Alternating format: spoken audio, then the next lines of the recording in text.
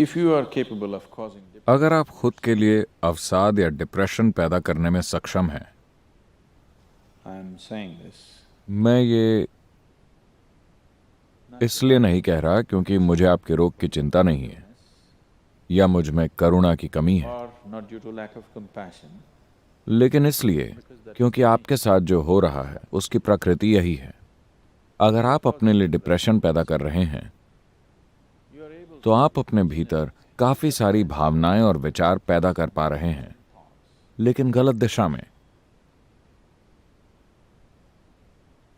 अगर आपके पास किसी चीज के लिए बहुत गहरी भावनाएं और तीव्र विचार न हो तो आप डिप्रेस नहीं हो सकते। बात बस इतनी है कि आप ऐसे विचार और भावनाएं पैदा कर रहे हैं जो आपके खिलाफ काम कर रहे हैं, आपके पक्ष में नहीं। तो आपके पास खुद के लिए डिप्रेशन पैदा करने के लिए जरूरी शक्ति है, because क्योंकि आपको खुद के लिए मानसिक रोग बनाने के लिए, अगर आप शारीरिक तौर पर बीमार नहीं हैं, जो बहुत ही कम लोग हैं, बाकी बीमारियां खुद की बनाई हुई हैं। अधिकतर रोग खुद ही बनाए गए हैं। कुछ लोग शारीरिक रूप से बीमार हैं, उनके पास कोई चारा नहीं है। ये सब जेनेटिक और दूसरे कारणों की वजह से अपने भीतर से ही पैदा हो जाते हैं। almost everybody here, यहां मौजूद लगभग सभी लोगों को अगर हम train them एक खास तरह की विचार प्रक्रिया और भावना के साथ प्रशिक्षित करें और उन पर बाहरी हालातों से भी थोड़ा दबाव डालें, तो लगभग हर कोई अपना मानसिक संतुलन खो देगा। balance. They will become वो क्लिनिकल तौर पर बीमार हो जाएंगे। उन्हें पागलपन तक ले जाया जा सकता है, because क्योंकि विवेक और पागलपन के बीच की सीमा रेखा बहुत बारीक होती है। लोग अक्सर इसे ढकेलते रहते हैं। आप गुस्सा हो जाते हैं, आप इस रेखा को ढकेल रहे हैं। you're pushing the line. यह रेखा बहुत ही बारीक है। वास्तव में जब आप गुस्सा होते हैं, आपको पता होता है कि आप इस रेखा को ढकेल रहे हैं, इसलिए आप कहते हैं, मैं किसी के ऊपर गुस्से से पागल हो रहा था। आप किसी और के ऊपर गुस्से से पागल नहीं हैं, आप बस पागल हो रहे हैं। आप किसी और पर गुस्से से पागल नहीं हो सकते। You just pushing आप बस अपने विवेक की सीमाओं को लांघ रहे हैं और पागलपन की ओर बढ़ रहे हैं। आप कुछ समय तक ऐसा कर रहे हैं और फिर वापस आ रहे हैं। एक काम कीजिए, हर दिन ये करके देखिए, 10 मिनट के लिए किसी के ऊपर बुरी कदर गुस्सा करें।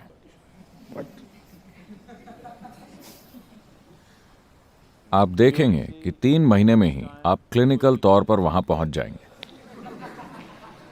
yes. Just try it. अगर चाहें तो आजमा कर देख लें, क्योंकि अगर आप लगातार इस रेखा को ढकेलते रहे, आप पागल होते हैं और वापस आ जाते हैं, पागल होते हैं, वापस आ जाते हैं। एक दिन आप वापस नहीं आ सकेंगे। जिस दिन आप वापस मुड़कर नहीं आ पाएंगे, तब आप क्लिनिकल तौर पर बीमार हो जाएंगे। आपको समझ लेना चाहिए कि अगर आप एक पल के लिए भी गुस्सा हुए तो आप बीमार हैं। हो सकता है कि आपको डॉक्टर से इस रोग का सर्टिफिकेट न मिला हो, उन्होंने आपके ऊपर पागलपन का सर्टिफिकेट नहीं लगाया, लेकिन आप उस दिशा में बढ़ रहे हैं, है ना? Isn't it? You think it's your right, आपको लगता है कि आपका हक है नखरे दिखाना, आपको लगता है कि आपका हक है लोगों पर गुस्सा करना, आपको लगता है कि आपका अधिकार है कि आप डिप्रेस्ड रहें ताकि आप किसी का ध्यान आकर्षित कर सकें। आप ये खेल खेलते रहिए। एक दिन आएगा जब आप वापस नहीं आ पाएंगे। आप रोज इस सीमा को लांघते रहते हैं। एक दिन आप देखेंगे कि आप उसे वापस लांघ नहीं सकते। उस दिन आपको डॉक्टर की जरूरत पड़ेगी। till then, तब तक हर किसी को आपसे राहत चाहिए होती थी, पर जिस दिन आप वापस नहीं आ सकेंगे, उन्हें राहत मिल जाएगी, क्योंकि अब वो आपको पकड़कर डॉक्टर के हवाले कर सकते हैं। वरना आप हर दिन में कई बार अस्थायी तौर पर पागल होते रहते हैं। वो आपको पागल खाने भी नहीं भेज सकते, उन्हें आपको सहन करना पड़ता है, आपके परिवार वालों, दोस्तों और आपके आसपास के लोगों को। कम से कम अगर आप सच में क्लिनिकल तौर पर रोगी घोषित हो जाएं, तो हम आपको वहां जाकर सौंप सकते हैं। तमिलनाडु में एक मंदिर है, आपको पता है? जहां ऐसे लोगों को जंजीरों से बांध कर रखते हैं। वहां कोई अस्पताल नहीं है, मानसिक रोगों के लिए कोई अस्पताल नहीं है। There is a temple. वहां एक ऐसा मंदिर है जिसे किसी ने मानसिक रोगियों को स्वास्थ्य की ओर वापस लाने के लिए बनाया था। So, उनका परिवार उन्हें वहां ले जाकर छोड़ देता है, उन्हें जंजीरों से बांधकर मंदिर में रख दिया जाता है। आप उन्हें कुछ पैसा दे दीजिए, वो आपके भोजन का प्रबंध कर देंगे और आप वहां बिल्कुल जानवरों की तरह बंधे रहते हैं। मेरे ख्याल से अगर अस्पताल भी ऐसे ही चलाई जाएं, तो कई लोग पागल ही नहीं होंगे, वो अपना संतुलन बनाए रखेंगे।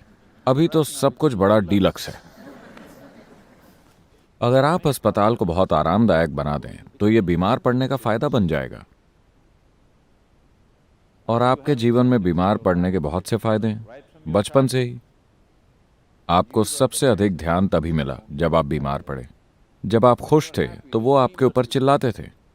जब आप खुशी में चीखते चिल्लाते थे तो वो बड़े लोग वापस आप पर चिल्लाते थे। फिर then boo boo boo boo boo boo boo boo.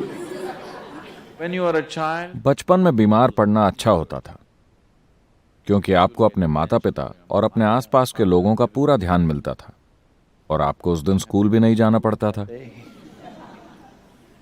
तो आपने शारीरिक तौर पर बीमार पड़ने की कला सीख ली। लेकिन जब आपकी शादी हो जाती है तो आप मानसिक तौर पर बीमार पड़ने की कला सीख लेते हैं,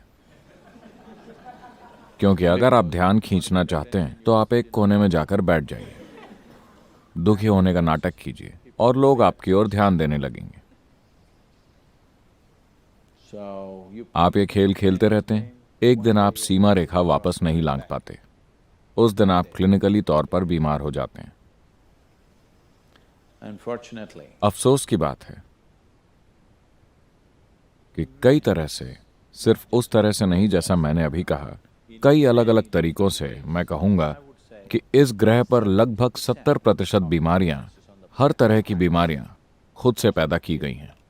अगर आपको कोई इन्फेक्शन भी हो जाए, अगर आपको अपने शरीर और मन को एक खास तरीके से रखना आता है, तो आप पर वो वायरस या बैक्टीरिया उस तरह अपना असर नहीं दिखाएगा जैसा वो किसी और के शरीर पर दिखाता है।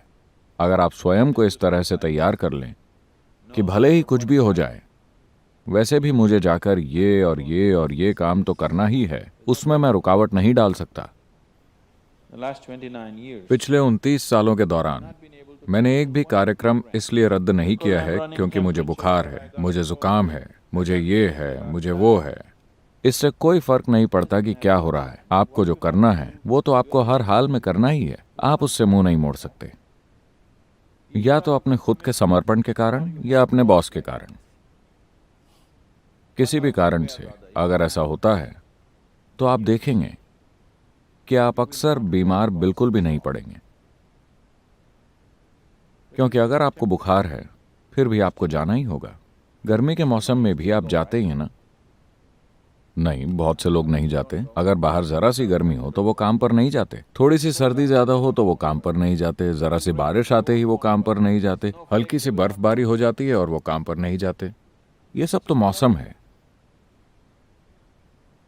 so for every change in मौसम के हर बदलाव के साथ अगर आपके पास कंबल ओढ़कर लेटने का सुख है, अगर आप ऐसा करने लगे तो आपका शरीर बीमार पड़ना सीख लेगा। जितनी ज्यादा बार हो सके उतनी ज्यादा बार। अगर आप तय कर लें कि इससे कोई फर्क नहीं पड़ता कि क्या हो रहा है, मुझे हर हाल में जाकर अपना काम करना ही है, आप देखेंगे कि आपका शरीर वापस ठीक हो जाएगा। जितनी जल्दी हो सके उतनी जल्दी, भले ही उसे सबसे बुरा इन्फेक्शन हुआ हो। तो आपको बस सेहत के लिए जरूरी परिस्थितियों को स्थापित करना है, सेहत के लिए जरूरी प्रेरणाओं और फायदों को स्थापित करना है, अपने लिए भी और अगर आपके बच्चे हैं तो उनके लिए भी। बीमार पड़ने के लिए प्रेरणा मत दीजिए। अगर आपका बच्चा बीमार है तो उसे दूर से देखें, उसे कभी बाहों में न भरें। उसे पता चल जाएगा कि ये उसके जीवन का सबसे बुरा समय है और उसे ये भी पता चल जाएगा कि उसे जल्दी ठीक होना है, और उस पर सबसे ज्यादा ध्यान दें जब वो खुश हो। आप देखेंगे कि वो अपने भीतर से स्वाभाविक तौर पर सीखेगा। उसके शरीर की केमिस्ट्री ये सीख जाएगी कि खुश रहने में फायदा है, बीमार रहने में कोई फायदा नहीं है। अगर आप ये बात समझा सकें अपने ही शरीर को, अपने शरीर के रसायनों को, और अपने आसपास के हर व्यक्ति को, तो आप देखेंगे कि लोग उतनी जल्दी बीमार नहीं पड़ेंगे जितनी जल्दी अभी पड़ते हैं। तो अपने लिए ये तय कर लें, आप पाएंगे कि आप सेहतमंद रहने लगे हैं। अगर आप अपने दिमाग को इस तरफ मोड़ सकते हैं तो आप उसे इस तरफ भी मोड़ सकते हैं। नहीं नहीं, मैं ऐसा इसलिए हूं क्योंकि जब मैं 7 साल का था मेरे पिता ने मेरे साथ बुरा बर्ताव किया था। अगर आपको ये सारी बकवास पता है तो आप अपने आप को बदल भी सकते हैं, है ना? It's time. समय आ गया है, आपको ये समझना ही होगा। मानसिक, शारीरिक, रासायनिक और ऊर्जा के आधार पर आपको ये साफ तौर पर समझना होगा कि आपको कोई फायदा नहीं होता बीमार, दुखी और मायूस होने से। इसका कोई फायदा नहीं होता। खुश और आनंदित रहने में ही फायदा है। अगर आप ये बात साफ कर दें भीतर के इन सभी लोगों को, तो वे सभी ठीक से बर्ताव करेंगे।